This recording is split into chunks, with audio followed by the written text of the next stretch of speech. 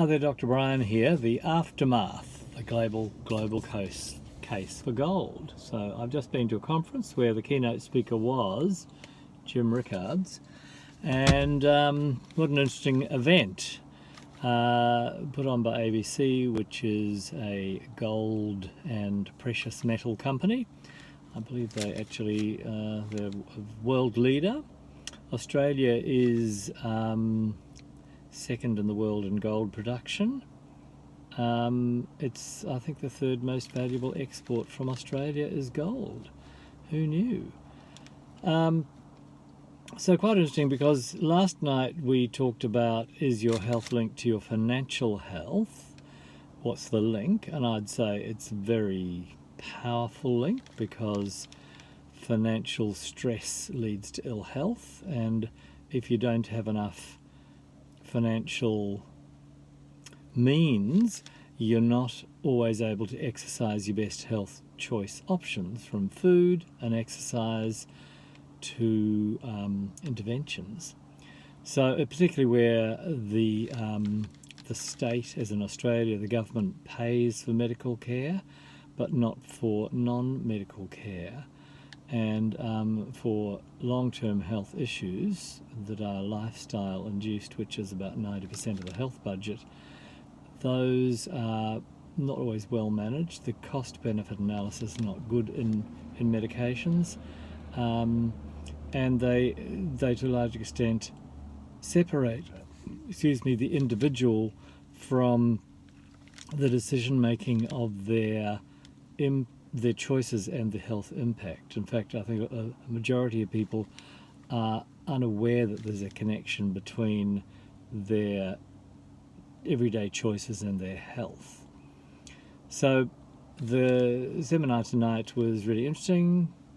I spoke to a few interesting people.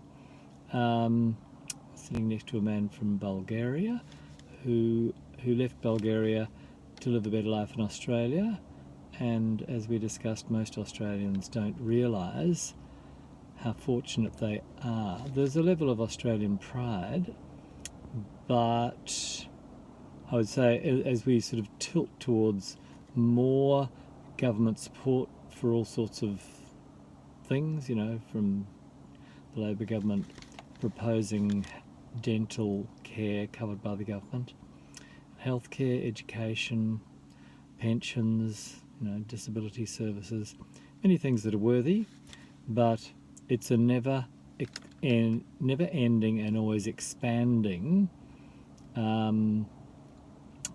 population of people who rely on the government for support, and a diminishing group of people who are paying for it. So there's a point at which it becomes somewhat unsustainable.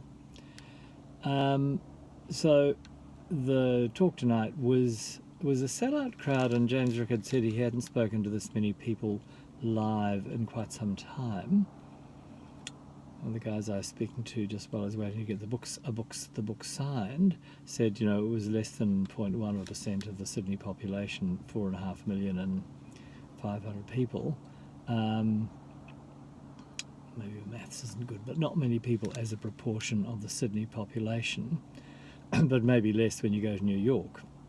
But what's interesting is then that the paradigm that we need to shift, and we were talking about paradigms a lot, is that your financial well-being is very much dependent on your knowledge base, and your health is dependent on your knowledge base.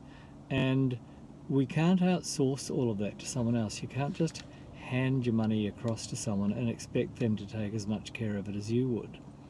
In fact, largely what they do through the superannuation system worldwide is they take their cut and then invest what's left for you, and because they've already been paid, they don't really have a big vested interest in ensuring that they do it wisely or well. I'm sure they're doing the best at times, but if they would rather get paid as a percentage of the return on your money over time, I think that they would actually probably be a bit more interested in ensuring that the money got a good return. and so would we. However, the system's set up the way the system's set up.